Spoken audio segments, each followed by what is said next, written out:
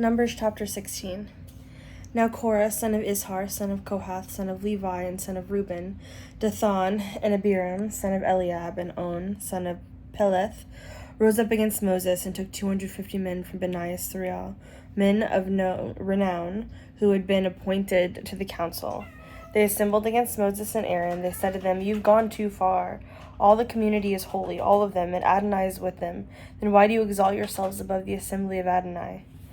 When Moses heard this, he fell on his face. Then he said to Korah and all his following, saying, "In the morning Adonai will reveal who is his and who is holy. The one whom he will let come near to him will be the one he chooses to come near to him.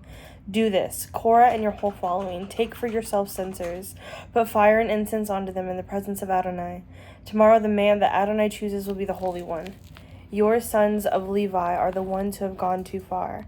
Moses also said to Korah, "Listen, son of Levi, isn't it enough that God of Israel had set you apart from the community of Israel to bring you near to him to do the work of the tabernacle of Adonai, to stand before the community to minister to them?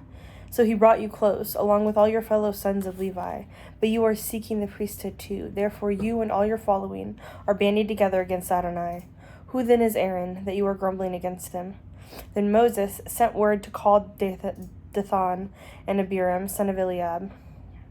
But they said, "We will not come. Isn't it enough that you brought us from a land flowing with milk and honey, only to kill us in the wilderness, and now you would lord it over us? What's more, you haven't brought us into a land flowing with milk and honey, nor given us an inheritance of fields and vineyards. Would you now gouge out the eyes of those men? We won't come." Then Moses became very angry and said to Adonai, "Do not accept their offering. I haven't taken from them a single donkey, nor have I wronged one of them." So Moses said to Korah, "You and your whole following are to appear before Adonai.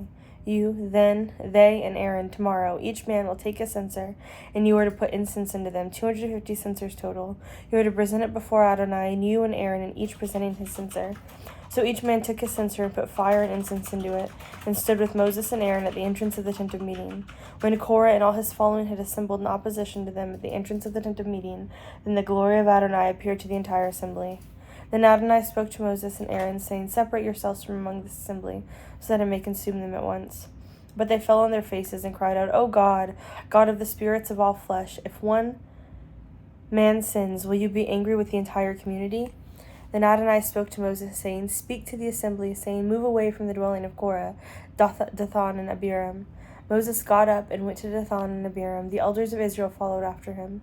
He warned the assembly, saying, "Move away from the tents of these wicked men. Don't touch anything that is theirs, or you will be swept away because of all their sins." So they moved away from the dwelling of Korah, Dathan, and Abiram. Dathan and Abiram came out and were outstanding at the entrance of the tents with their wives, their children, and their little ones. Moses said, "By this you will know that Adonai has sent me to do all these works, that they are not from my own heart. If every one of these men die a common death and experience what happens to all people, then Adonai has not sent me. But if Adonai brings about a new thing, and the entire earth opens her mouth and swallows them and everything that is theirs, and they go down alive into Sheol, then you will know that these men have despised Adonai." As soon as he finished saying all these things, the ground split under them. The earth opened its mouth and swallowed them, along with all their households, all of Korah's people, and all their possessions. They went down alive into Sheol, and everything that was theirs. The earth closed over them, and they were gone from among the community.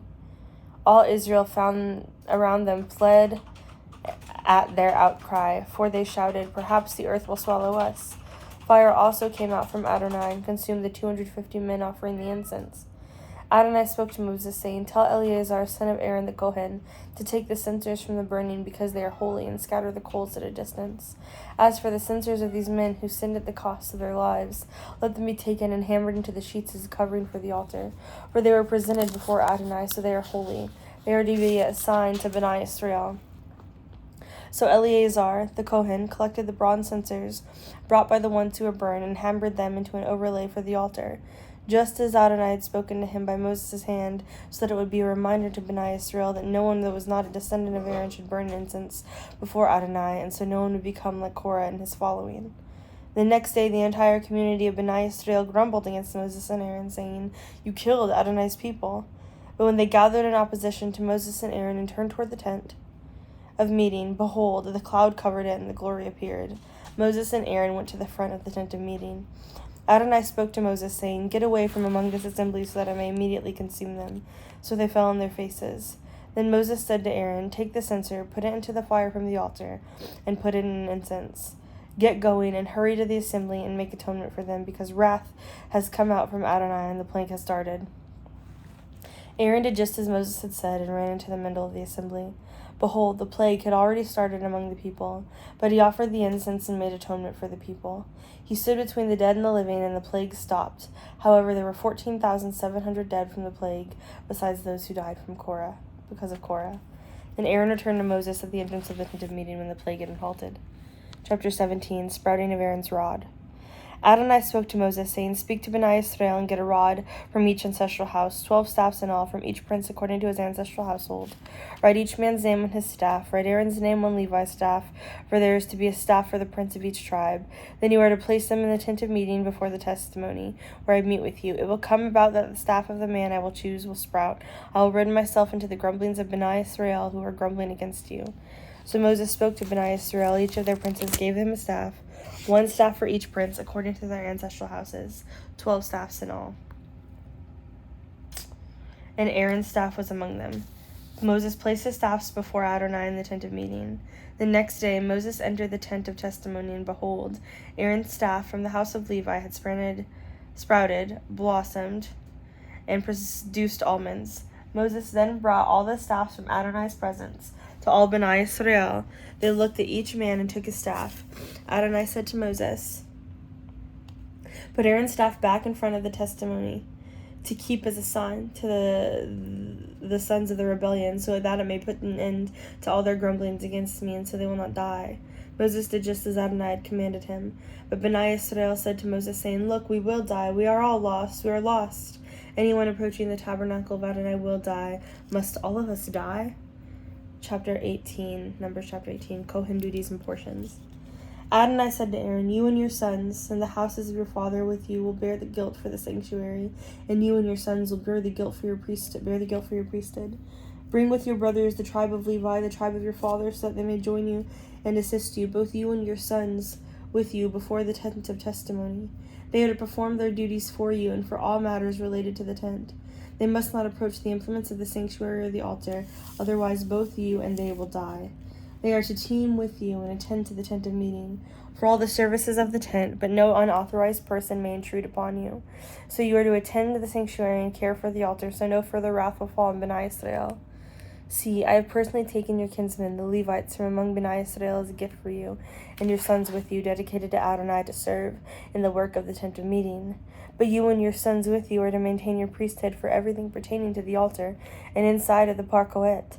I am giving you the ministry of the priesthood as a gift. Anyone unauthorized who approaches will die."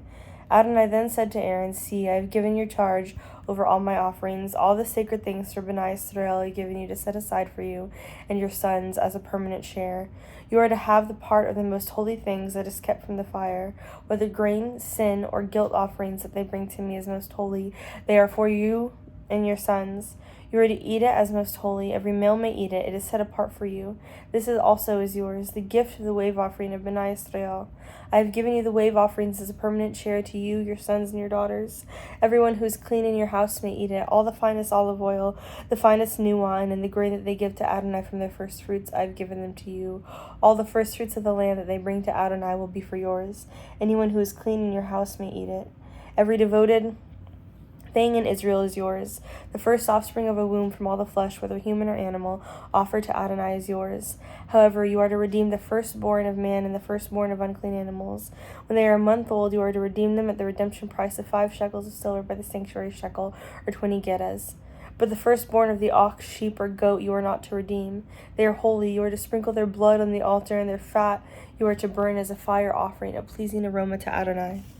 Their meat, the breast of the wave offering, and the right thigh is yours. Whatever is set aside from the holy offerings, which Bnei Israel present to Adonai, I have given to you, your sons and your daughters, with you as permanent share. It is an everlasting covenant of salt before Adonai, for you and for your offspring. Adonai said to Aaron, "You will have no inheritance in their land, nor among them. I am your portion and your share among Bnei Israel. See, I have given all the tithes in Israel to the sons of Levi as an inheritance in Israel, to the inheritance in return for all the work of the service they are doing in the tent of meeting. From now on, Bnei Israel must never trespass the tent of meeting, or they will bear consequences of their sin and die. The Levites will perform the service of the tent of meeting. They will bear the responsibility for their iniquity. It is a permanent ordinance throughout your generations. So among Bnei Israel they are to receive no inheritance. For I have given the tithes that Bnei Israel presented to Adonai as an offering to the Levites as an inheritance. That is why I said they would receive no inheritance among Bnei Israel. Adonai spoke to Moses, saying, Speak now to the Levites and say to them, when you receive from Bnei Israel the tithe which I have given you as an inheritance, you are then to offer to Adonai a tithe of that tithe. Your offering will be reckoned as the grain from the threshing floor or the fullness of the winepress. Thus you will also present an offering to Adonai from all your tithes that you receive from Bnei Israel, and from that you are to give to Adonai's portion to Aaron, to the Kohen. From all your gifts that you receive, you are to present the best and holiest from them as Adonai's portion.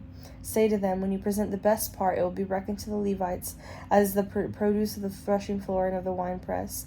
You and your household may eat it in any place. It is your wage for your service in the tent of meeting. In presenting the best part in this manner, you will bear no guilt in these matters. You will not defile the holy things of Bnei Israel, so you will not die.